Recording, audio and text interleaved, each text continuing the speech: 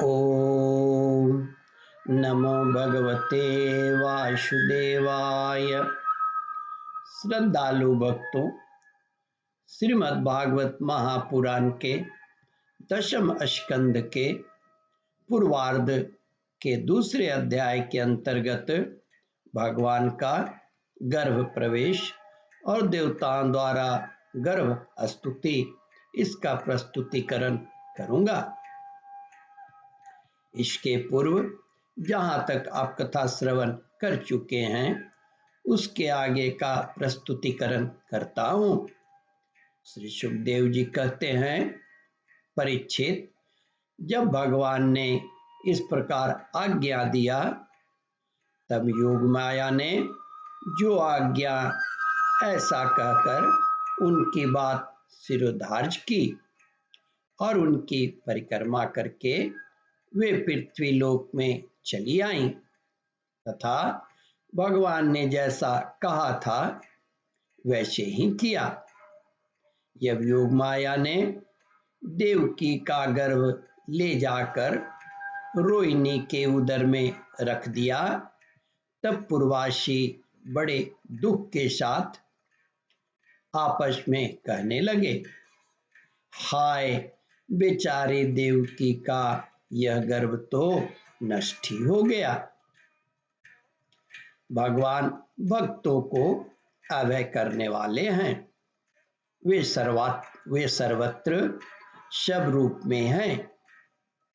भगवान भक्तों को अभय देने वाले हैं। वे सर्वत्र सब रूप में हैं। उन्हें कहीं आना जाना नहीं है। इसलिए वे वसुदेव जी के मन में अपनी समस्त कलाओं के साथ प्रकट हो गए। उसमें विद्यमान रहने पर भी अपने को अव्यक्त से व्यक्त कर दिया। भगवान की ज्योति को धारण करने के कारण वसुदेव जी सूर्य के समान तेजस्वी हो गए। उन्हें देखकर लोगों की आंखें चौंधिया जाती।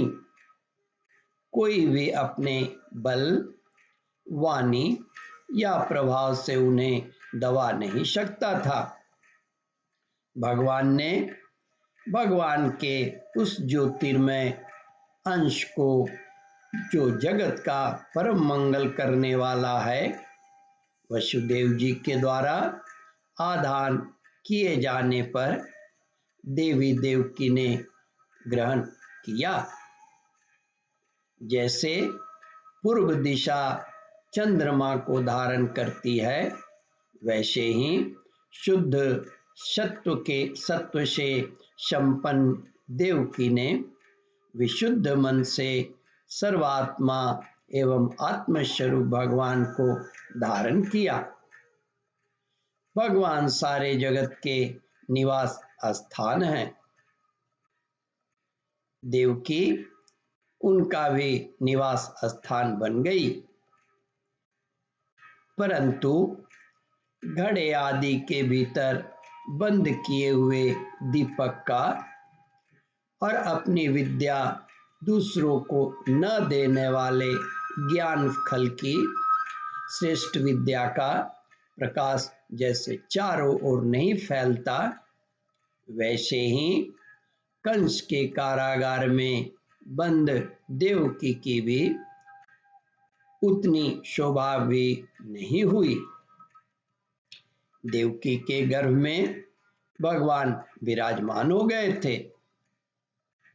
उसके मुख पर पवित्र मुस्कान छा गई थी और उसके शरीर की कांति से बंदी गृह जगमगाने लगा।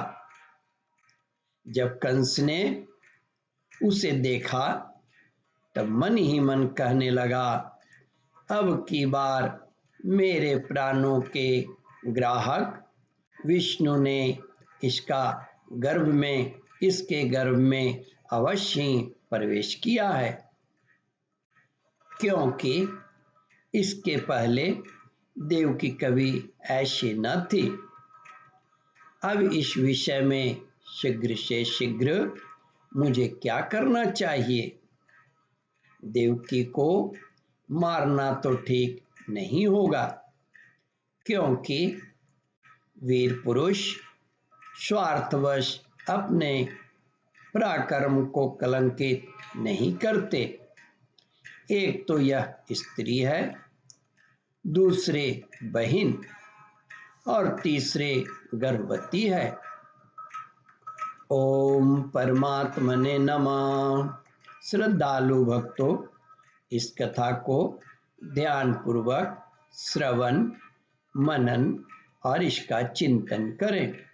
इस कथामृत का रसास्वादन अपने बंधु बांधवों को भी करावे। इस वीडियो को शेयर और सब्सक्राइब करें। ओम परमात्मने नमः।